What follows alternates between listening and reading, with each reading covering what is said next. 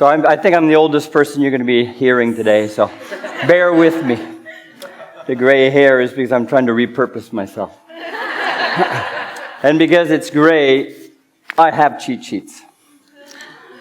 So what I'd like us to start with is for all of you to go back in time. Let's go back to when you were 6 years old. Life was good. No real stress. You just figured out how to tie your shoelaces. And that monster under the bed, you got that in control. Then one day, some adult comes up to you and says, "What do you want to be when you grow up?"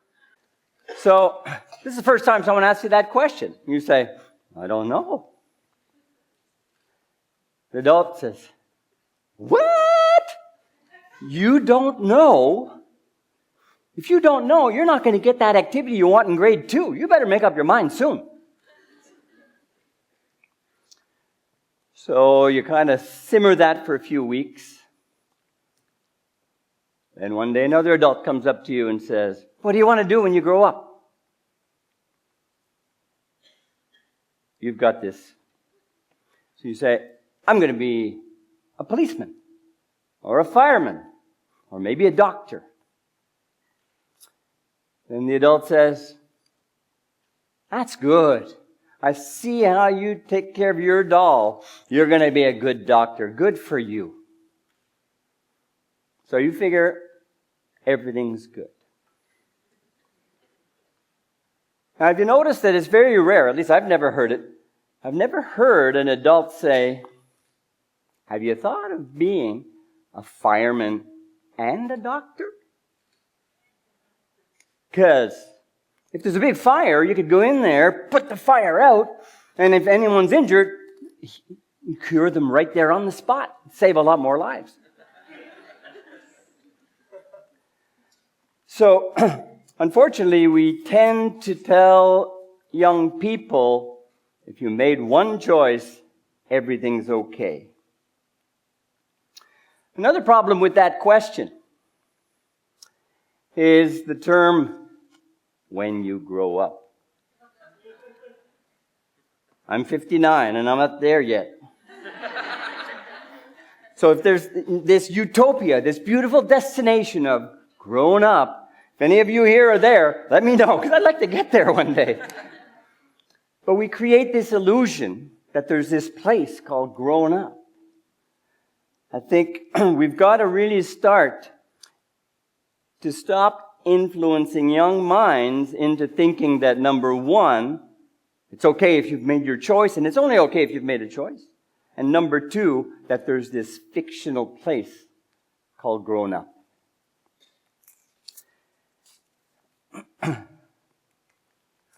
About 10 years ago, an author called Malcolm Gladwell put out a book called Outliers, the Story of Success. And in his book, he did quite an analysis of different personalities, where he claims that if you invest 10,000 hours in anything, you can become an expert in that.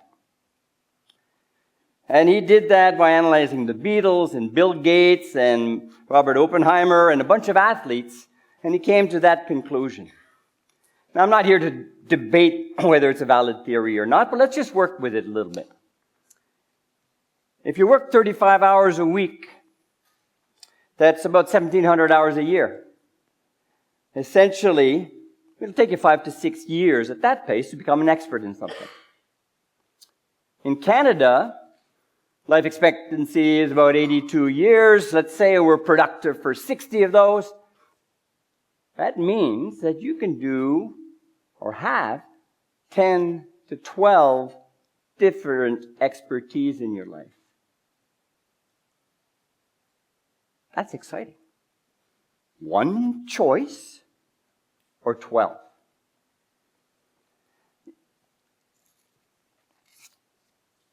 Yeah, we'll have to keep on with the right slide. So to me, it's okay that some people know where they're going, and it's not a problem if they made their choice early. It's okay. We need specialized people who are focused and know where they're going. But for a lot of us, and I include myself big time, it's okay if you don't know. And actually, it should be exciting if you don't know, because there's going to be 6, 8, 10 different careers that you'll be able to have in your lifetime. Last year, I was invited with a bunch of college presidents from Canada to Deloitte University in Toronto, where they were, the Deloitte think tank was sharing their views of the future. And they analyzed the work market in Canada over the next 25 years. And they're saying that clearly people are going to change careers 3 to 4 times in their lives. That's essentially induced by what they call the gig economy because of artificial intelligence and robotics and the democratization of information and the internet and ease of access and mobility and connectivity where people can work from home or wherever they want. You're going to have a lot of people being very mobile, and they will change careers at least 3 to 4 times. So, to me, with that reality, you can plan your life for the young people here. You can plan your life to say, I'm going to have 3 or 4 careers, and I'm excited about that. Or you can wait till some technology takes your career away and just do it because you have to. So the skill of planning and being prepared for career changes is going to make the difference between who's successful and who's not in the future, according to Deloitte. When I was 17 years old, I had just been accepted at the University of Toronto in mechanical engineering. I'd just been drafted by the Montreal Junior Canadiens, and it's only the old people in here who know who they are. But I'd been drafted by the Junior Canadiens as a hockey player. I had just won a singer-songwriter contest on TVA. And so I go see my father, and I say, Dad, I don't want to be a jack of all trades and master of none. I've got to make a choice.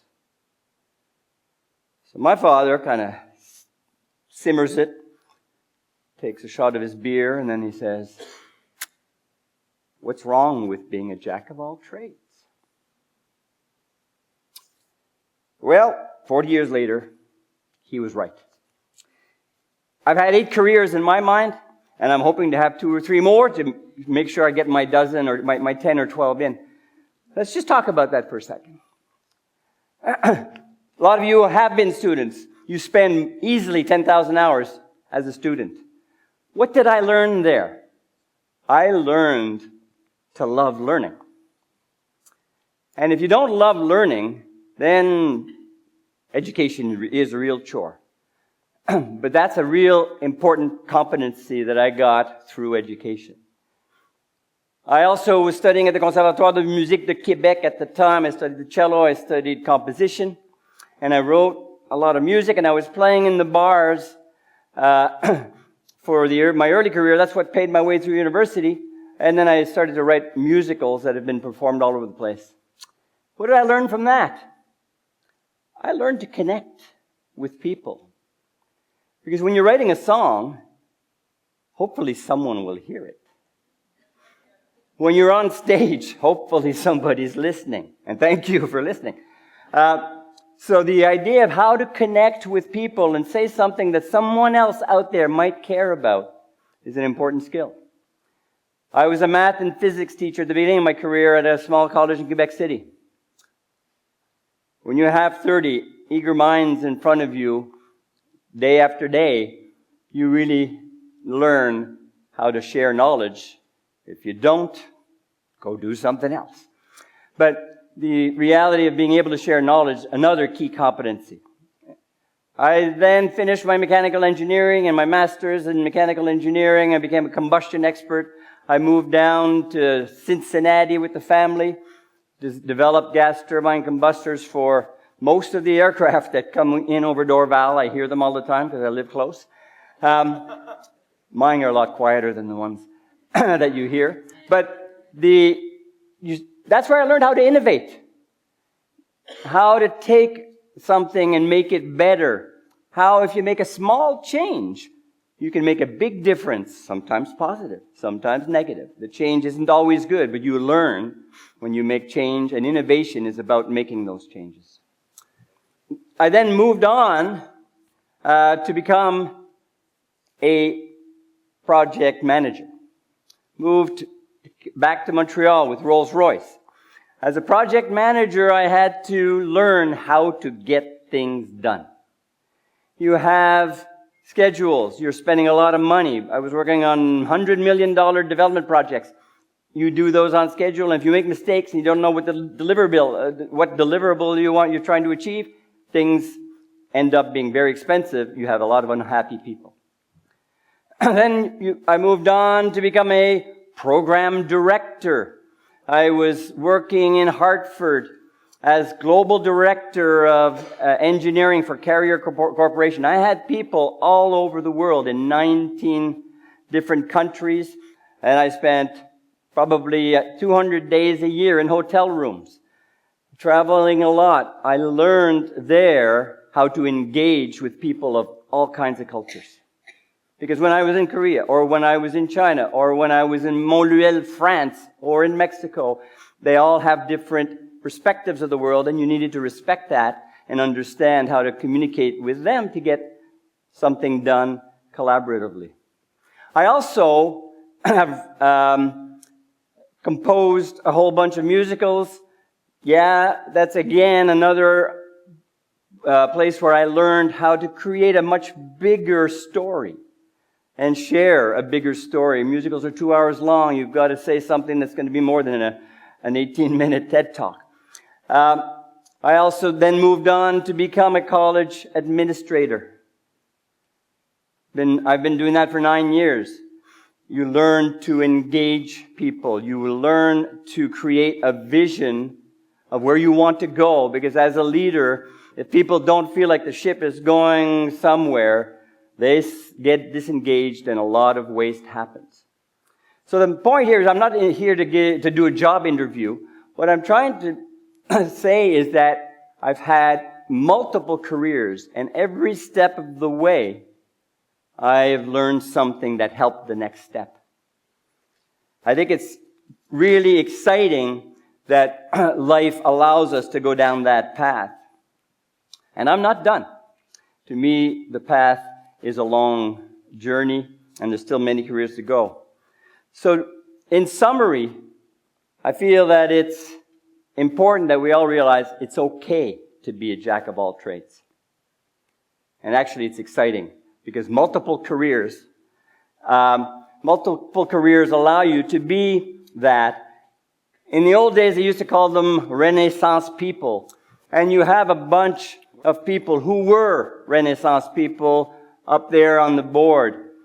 I think the choice is yours if you want to be one of those. One career or a whole lot of careers. It's an exciting ride when you have all of those changes. And I think all of you can be Renaissance people. To finish off, I wrote a song about 20 years ago in a musical called The Road You Take. And so I'm going to sing a song that I think, at least part of that song, because back then I didn't realize I would be doing this, but the lyrics in that song, I believe, express what I've been trying to share today.